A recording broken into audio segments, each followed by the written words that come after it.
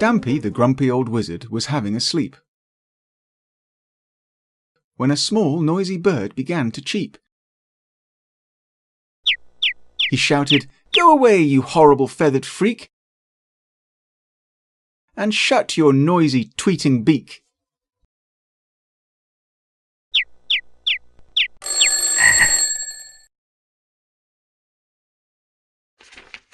He lunged for the bird on the window but missed.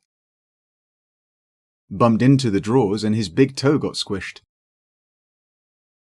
By now, Stampy was in a really big rage and decided to get that small bird in a cage. Before he could deal with the annoying pest, Stampy realized that he had to get dressed. He put on his long wizard's robe, which, when he was thinner, had reached to his toes. He put on his hat. He put each of his big black boots on, but when he reached for his wand, it was gone.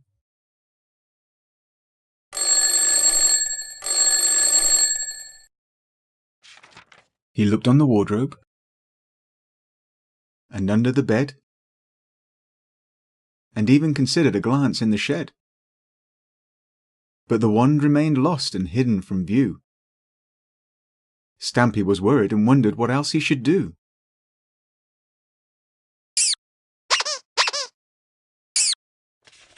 Help Stampy find his wand by tapping anything that sparkles. That's a potion bottle. That's a candle Stampy uses for spell work and power cuts. Well done! You've spotted Stampy's wand. Now if Stampy was as good at looking as you, he would have noticed the lump in his shoe. Instead, he started the most foolish of chases. Those are Stampy's surprisingly sparkly pants. Tap on who you would like Stampy to visit to look for his wand. The next stop was the village store. "Excuse me, dear lady, have you seen my wand? Did I bring it? Did I lose it? Did it fall in your scones?" "Of course I have not, you silly old fool. A wand is hardly my kind of tool." "Fiddlesticks," muttered Stampy, with a stamp and a twist.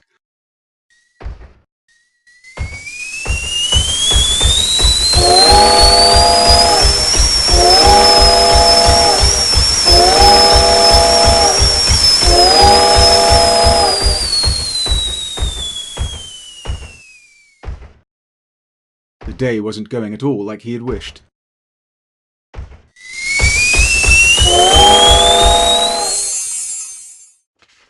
Stampy stomped off to the next place on his route, leaving Miss Sting with a fruit and vegetable playgroup. She did spot the wand as he marched away, but she decided that she would rather not say. Who should he visit next? Stampy arrived at the village green, where Poppy's flower store was a pretty scene. "Oi, you there, flower woman, have you seen my wand? Have you got it? Did you steal it? Come on, quickly, respond!" No, quivered Poppy with a full body wobble. "I wouldn't have wanted to start a big squabble." "Rats!" Stampy shouted with a stamp and a whirl.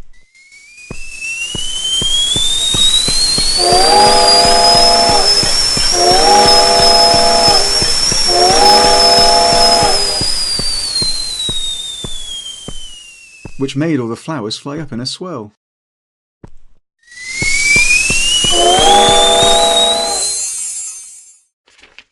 Poppy spotted the wand as Stampy went off, but hid her giggle behind a quick cough. All around her was an amazing sight. No flowers there now, but butterflies in flight.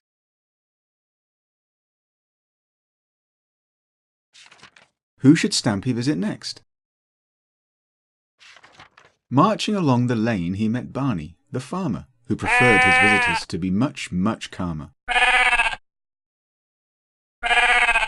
"Oi, you there, farm man, have you got my wand?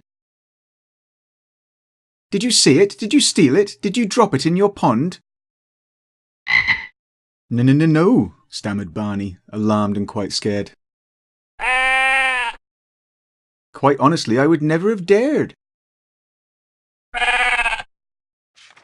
"Gadzooks!" Stampy shouted, with a stamp and a twirl.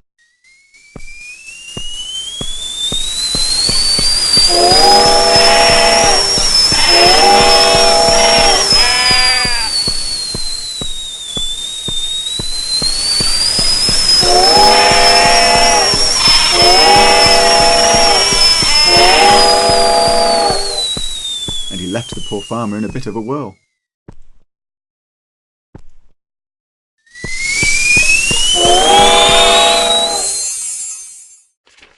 Barney did spot the wand as Stampy departed, but his efforts to tell him were rather half-hearted.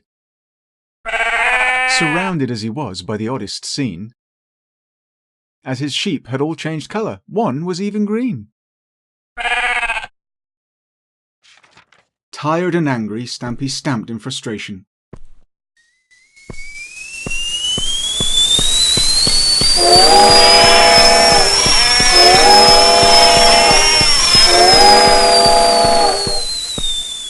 There was a bang, and a snap, and a tingling sensation. When the smoke and dust cleared and Stampy looked down, he realised he now looked a bit of a clown.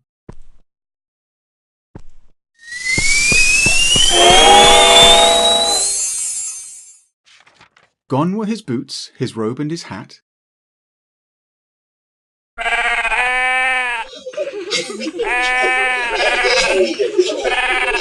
And where those clothes had formerly sat